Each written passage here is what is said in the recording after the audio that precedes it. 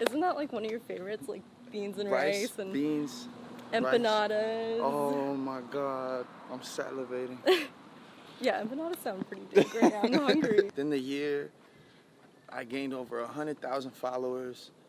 I gained a huge fan base.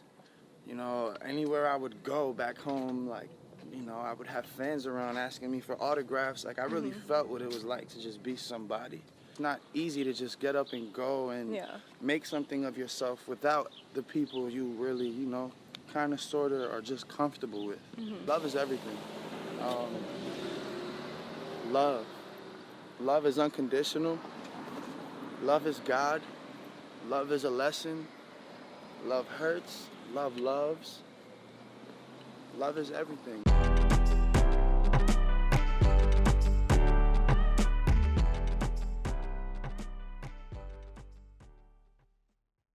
Hi everybody, it's Lara for Sidewalk Talk. I'm here with Justin Love. Hello, hello. And we're gonna get started. Let's get started. You grew up in Cliffside Park, New Jersey. Cliffside Park, New Jersey. Can you tell me what it's like growing up there? It's not a lot that goes on in Cliffside.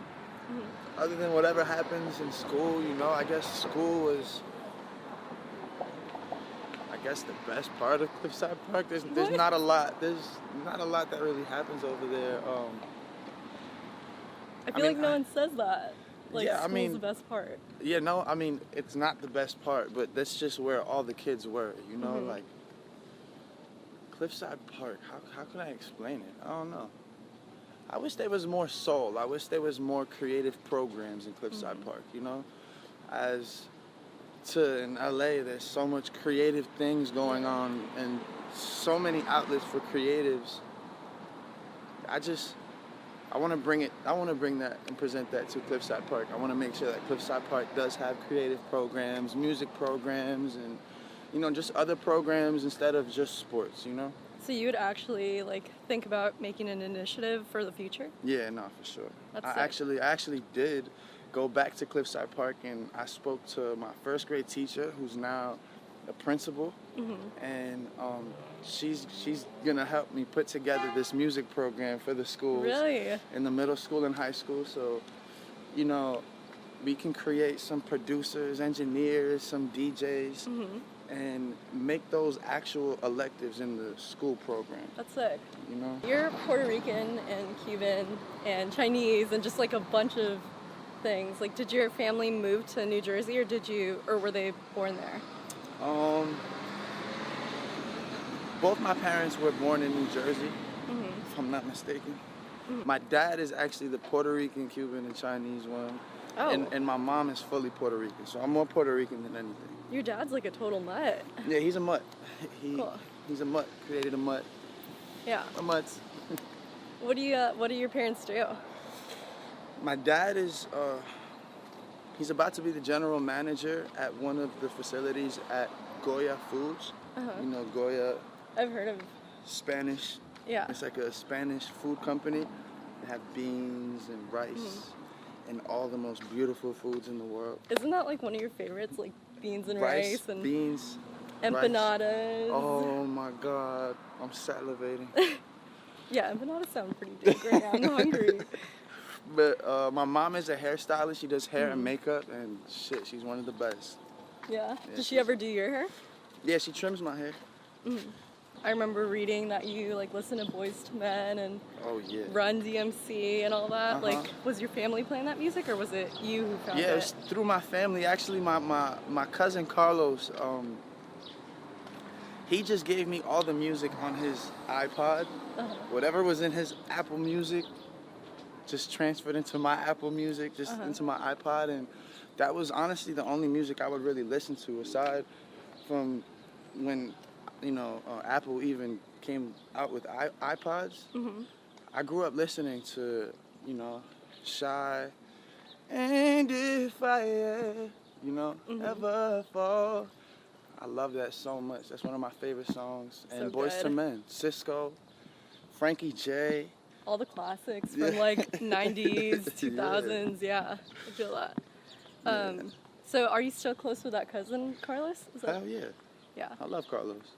And he's just back home in Jersey. do you see him often? Whenever I'm in Jersey, yeah. Yeah. And what about your brother? Like, he actually came along today. Yeah, he came along today. He actually is still based in Jersey. I'm trying to convince him to come out here. Does he not want to? He's comfortable over there, you know. He has plans. He has his friends. Like I said earlier, it's not easy to just get up and go and make something of yourself without the people you really, you know, kind of, sort of, are just comfortable with. Having to make new friends, new business partners. What does he do right now, since he's not here? He cuts hair. He's a barber. Oh, sick. So he followed in your mom's footsteps. My mom's footsteps. That's cool. He wants to open up a cafe. He was telling me about. He loves to eat. That boy could eat. But yeah. What was your personality like when you were in high school? Like, what were your grades like, or terrible? Anything? Really? Terrible. Always terrible.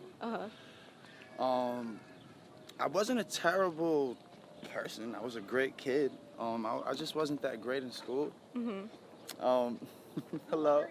How are you? Who are you? Justin Love. Justin Love. Are you like, tell me who you are? Because I have a feeling you've got that swag. Hey, okay. Never wanna separate. Think about us having babies. Girl, I I like that part. That's nice. I want to be your backup singer. When I see you, Sing to me. Wait. Let me wait. girl, I thank God that I'm alive. Wait, where's my Keep phone? going. Oh, baby, when I see your face, girl, I thank God that you're mine. God bless. Have a good one. Bye. I know when you were like in high school, college-ish, your dad was saying like he didn't want you to go to like New York a bunch or anything like that. Yeah, I mean, he wasn't very fond of New York, but I mean, I always made my way out there. You know, when my parents were going through their little breakup or whatever, I would just leave and let them go through their whatever the fuck they were going through. And I would go to New York. I found this guy, Kurt. God bless Kurt. That would, you know, he just believed in me. I was the only person that really would allow me to just record for free, you know. That's awesome. So he's an amazing producer, an amazing engineer, and he inspired me a lot. You know, so that was just a perfect getaway for me. It's not like I was out on the street selling drugs or some shit. Yeah. I was just escaping to just do music, you know? How old were you when all that was happening with your parents anyway? 17, 18. That's a hard time because you're like old enough to understand like everything Exactly. that's happening. I mean, luckily enough, I have a great head on my shoulders, you know? And I've had a great head on my shoulders throughout my whole life. Thankful for my parents. So it was just their time to just do their thing, and you know, it affected me in a more positive way than rather like I wasn't even really stressed about it, you know. I knew they would figure it out. I knew they were grown, and they would just get through this, you know. You went to college. Where'd you go? I went to Bergen Community College. If I'm not mistaken, that's the best community college in the country. How do you know that? I would just hear it a lot from a lot of the professors. So I'm just going based off of the professor's word. Okay, got it. And you studied music business. Music business, yeah. That was the first time I ever had good grades when I studied music business. Because you're studying what you're passionate about. Yeah, and then I just dropped out. I just school just wasn't for me. I wanted to put 1,000% focus into my music career, and as I did that, it worked. Yeah. It really worked out for the better. I told my dad, I was like, look, if in a year I can't get my following up, if in a year I can't get enough people to support and push what I do, then I'll go back to school. And within the year, I gained over 100,000 followers. I gained a huge fan base, You know, anywhere I would go back home, like, you know, I would have fans around asking me for autographs. Like, I really felt what it was like to just be somebody.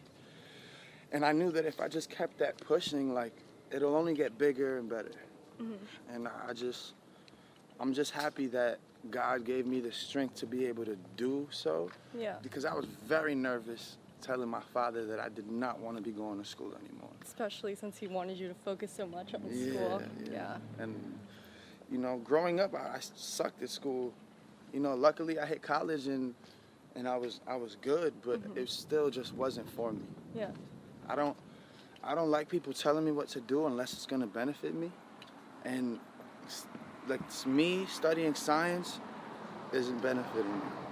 Me studying math and only numbers isn't benefiting me. Just because you know what you're supposed to do with your career. I know what I'm supposed to do. Yeah. You know, like, shit, teach me banking. Like, I need to learn about my bank account. I need to learn stocks. I need to learn anything that's going to make me protect my money and make more money. I feel like that's just a general American thing. Like, you know, like we don't get taught how to do our taxes. Yeah, Shit. all that. Nobody saw that. Sorry. Okay. It was caught on camera. I can't even cut that out because it was like in the middle of conversation. Whatever, it's fine. But yeah, like we don't get taught like how to do anything like major Yeah, like, for life. I get it. You were like singing at like 4 years old, right? And like Yeah. songwriting at 10 and Yes. producing when you got older. Like what's it been like to go from like having music in your like whole life but like now doing it professionally? I always fight to make sure that no one can turn this into a work field. Interesting. Because it's never been that way for me. It's always been an outlet for my emotions, whether I'm happy, sad, stressed. You know, me and my manager, you know, go back and forth about it all the time. You know, like branding is really important, and I'm just now learning how to, you know, do things and curate certain things around my brand and understand what my brand is. Yeah.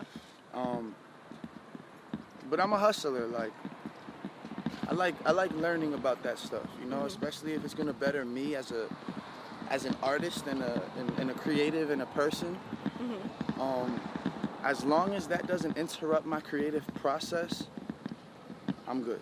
You know what I'm saying? So I always fight to make sure that my creative process is always productive and always fun.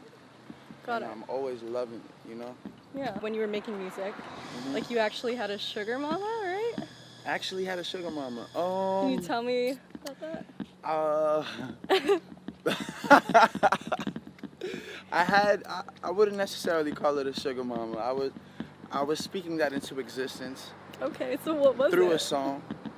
And then I also had women that just took care of me whenever I needed something, you know? So isn't that a sugar mama? It is whatever you want to call that, love. Okay.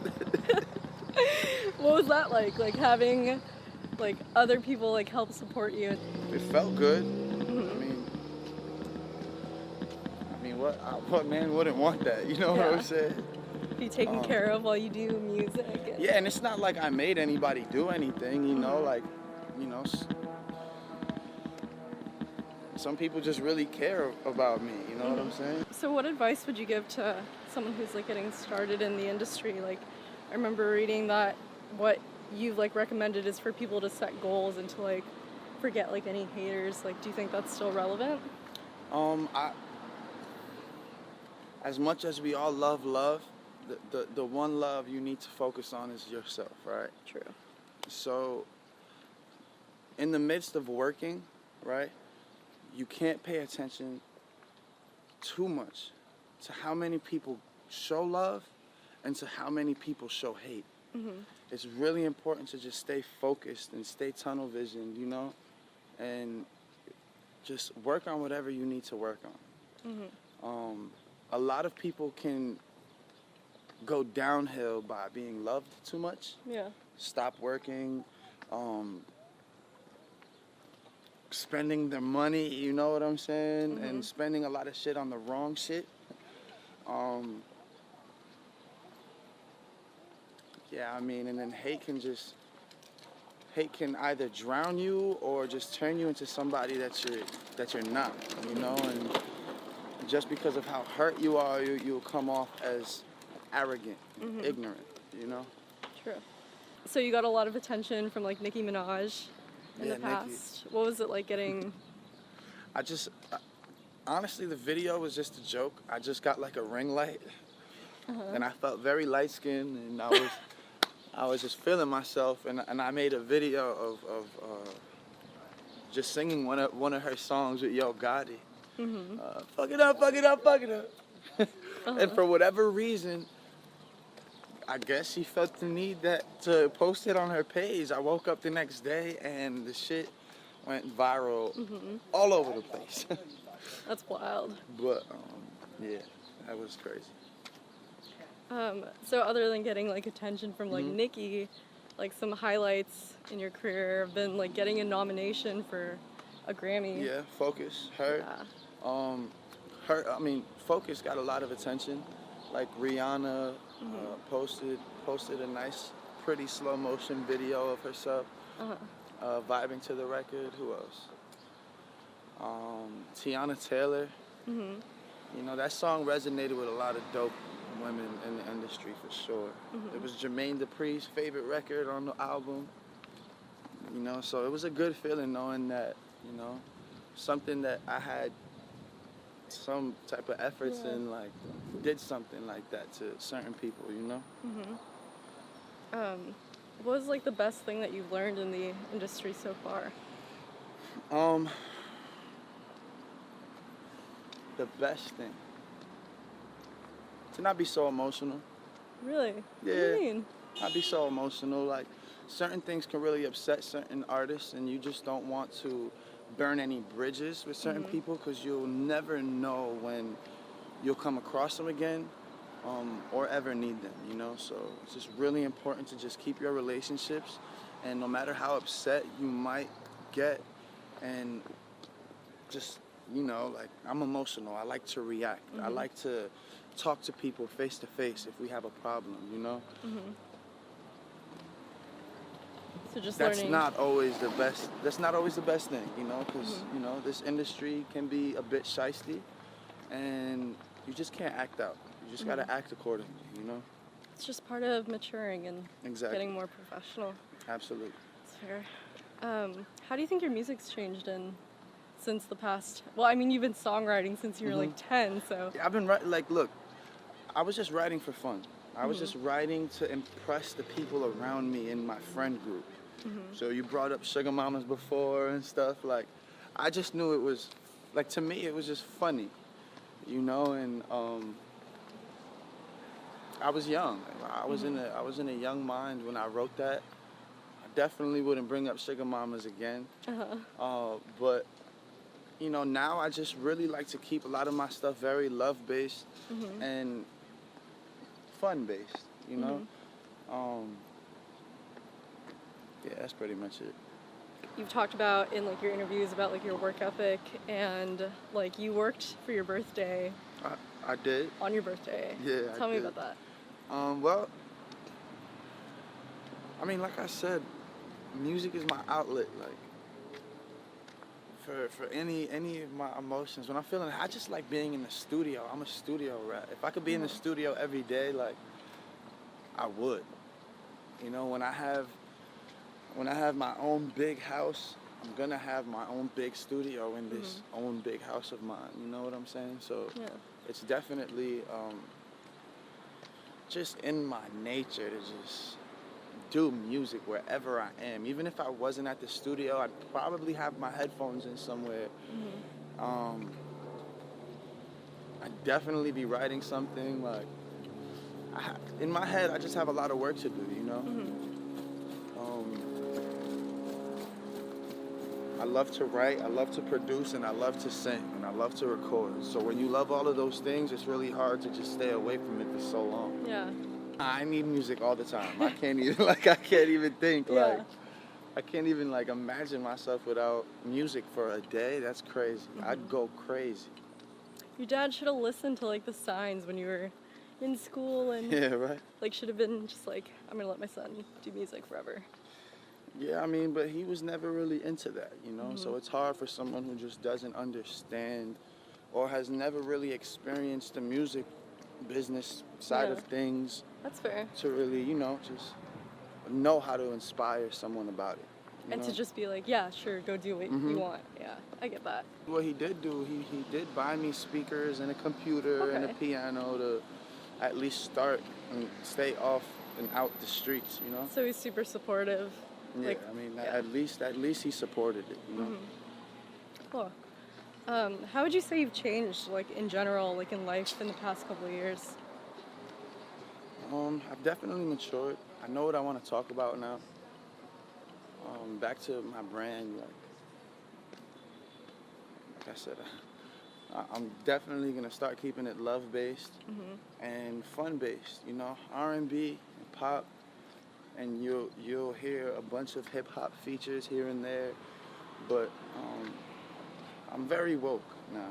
You know, I'm enlightened to a point where I know where to put my energy and I know where to protect my energy. So I've just matured, you know, and I thank life and God for that.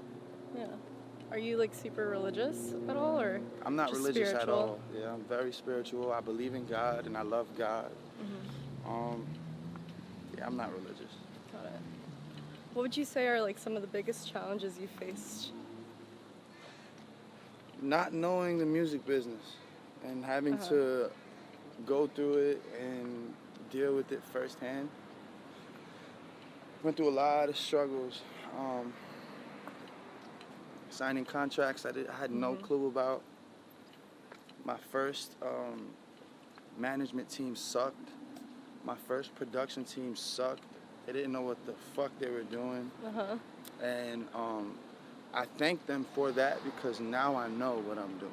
Like you learned from it? Now yeah. I know what a good team is. Now I know what's right for me. If it wasn't for them being as terrible as they were, I wouldn't know what's good for me. And I'm just thankful. What would you say that love means to you? Everything. Love is everything. Love. Love is unconditional. Love is God. Love is a lesson. Love hurts. Love loves. Love is everything, you know? Love fills a really big pocket. It's almost like, not even a pocket, it's like a Santa Claus bag. You know? But love is love, man. Love is love. There's no exact definition. Yeah. Those are just my words of love. What do you want to be remembered by when you die? My passion, how passionate and how hard working I am and how much I love. How much I help people, you know? That's it, you know? I want to die a legend. I want to die knowing that I put my all into what I love and I help people do the same. That's awesome. Thank you for being on Sidewalk Talk. Sidewalk Talk, Justin Love, let's get it. See you.